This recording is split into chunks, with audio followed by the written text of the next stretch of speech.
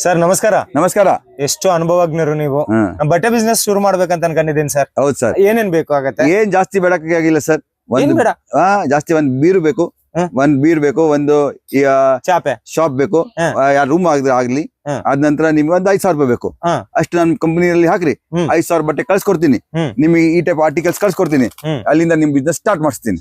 ಯಾಕಂದ್ರೆ ಒಂದೊಂದ್ ಸೀರೆ ಈ ಟೈಪ್ ತರಿಸಿ ನಿಮ್ ಮೊಬೈಲ್ ಇಂದ ಮಾರ್ಕೆಟಿಂಗ್ ಮಾಡಿ ಒಂದ್ ಸ್ಟಾಕ್ ಮೇಲೆ ಇಟ್ಕೊಳ್ಳಿ. ಹೆಂಗ್ ನೀನ್ ಡೆವಲಪ್ ಆಗ್ತೆ. ಬೀರು ಯಾಕೆ ಸರ್? ಬೀರು ಬಟ್ಟೆ ಸ್ವಲ್ಪ ಒಂದು ಸ್ಟಾಕ್ ಇರುತ್ತೆ ತೋರ್ಸಕ್ಕೆ. ಚಾಪೆ ಯಾಕೆ? ಶಾಪ್ ಸರ್, ನಮ್ಮ ಅಂಗಡಿಯಲ್ಲಿ ಯಾರ ಕಸ್ಟಮರ್ ಬರ್ತಾರೆ, ನಮ್ಮ ರಿಲೇಟಿವ್ಸ್ ಕುಂತಿದ್ದಾರೆ, ಶಾಪ್ ಇದ್ರೆ ಒಂದ್ ವ್ಯಾಪಾರ ಮಾಡೋದು ನಮಗೆ ಟಾರ್ಗೆಟ್ ಆಗುತ್ತೆ. ಸ್ಕೂಲ್ ಯಾಕೆ ಹೋಗ್ತೀವಿ ಸರ್? ಟ್ಯೂಷನ್ ಯಾಕೆ ಹೋಗ್ತೀವಿ? ಅಲ್ಲಿ ಹೋದ್ರೆ ಅಲ್ಲಿ ಗೊತ್ತಾಗುತ್ತೆ ಯಾಕೆ ಸರ್, ನಾವು ಟ್ಯೂಷನ್ ಹೋದಕ್ ಹೋಗಿವಿ, ವ್ಯಾಪಾರ ಮಾಡಕಂತ ಅಂಗಡಿ ಹೋಗಿದ್ವಿ. ಒಂದ್ ಅಂಗಡಿ, ಒಂದು ಬೀರು, ಒಂದು 5-10 ರೂಪಾಯಿ ನೀವು ಕ್ಯಾಶ್ ಇಟ್ಕೊಂಡ್ರೆ ಬಿಸ್ನೆಸ್ ಸ್ಟಾರ್ಟ್ ಆಗುತ್ತೆ ಸರ್. ಅಷ್ಟೇ. ಜಾಸ್ತಿ 5,000 ರೂಪಾಯಿ ಇದ್ರೆ ಸಾಕು. ಎಷ್ಟು ಜಾಸ್ತಿ ಹೋಗೋದು ಬೇಕಿಲ್ಲ. 5,000 ರೂಪಾಯಿನಲ್ಲಿ ಬಿಸ್ನೆಸ್ ಸ್ಟಾರ್ಟ್ ಮಾಡಿಸ್ಕೊಡ್ತೀನಿ. ಅದ್ರ ಮುಂದೆ ನಿಮ್ ಹೆಂಗ್ ಡೆವಲಪ್ ಆಗ್ತಾ ಇರ್ತೀರಿ, ನೀವು ಸ್ವಂತಾಗೆ ನೀವು ಇನ್ವೆಸ್ಟ್ಮೆಂಟ್ ಮಾಡ್ತಾ ಇರಿ, ಮುಂದೆ ಡೆವಲಪ್ ಮಾಡ್ತಾ ಇರಿ. ಓಕೆ, ತುಂಬಾ ಒಳ್ಳೆ ಐಡಿಯಾ ಕೊಟ್ಟಿದ್ದೀರಾ. ಧನ್ಯವಾದ ಸರ್. ಧನ್ಯವಾದ.